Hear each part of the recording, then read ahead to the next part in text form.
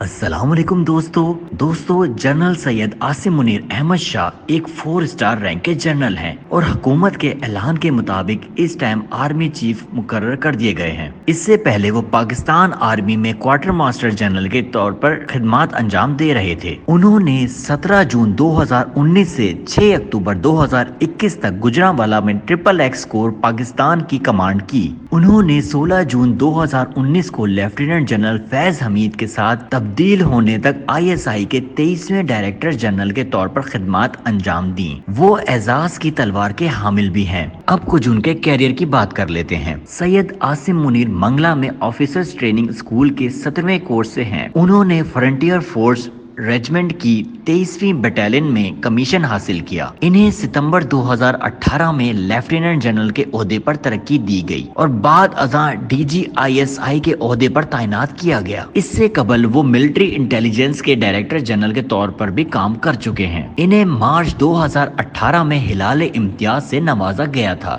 وہ اس سے قبل پاکستان کے شمالی علاقہ جات میں تعینات فوجی دستوں کے کمانڈر کے طور پر خدمات انجام دے چکے ہیں۔ جون 2019 میں عاصم منیر کی جگہ لیفٹیننٹ جنرل فیض حمید کو نیا DGISI بنایا گیا۔ عاصم منیر کا تبادلہ کر کے گجرانوالہ میں ٹرپل ایکس کور کا کور کمانڈر مقرر کیا گیا۔ جنرل عاصم منیر کے رینکس کی بات کی جائے تو یہ سیکنڈ لیفٹیننٹ سے لیفٹیننٹ ہوئے، دین کیپٹن، پھر major, lieutenant colonel, colonel, brigadier, major general, lieutenant general اور پھر general chief of army staff. اب بات کر لیتے ہیں ان کے اعزازات کی۔ 2018 میں جنرل عاصم منیر کو ہلال امتیاز سے نوازا گیا۔ سیاچن گلیشیئر کلیش پہ ان کو تمغہ دفاع سے بھی نوازا گیا۔ 1998 میں ان کو تمغہ بقا دیا گیا۔ 2002 میں تمغہ استقلال سے بھی نوازا گیا، جبکہ 2018 میں تمغہ عظم بھی ان کے نام ہوا۔ 10 ایئر سروس میڈل، 20 ایئرز،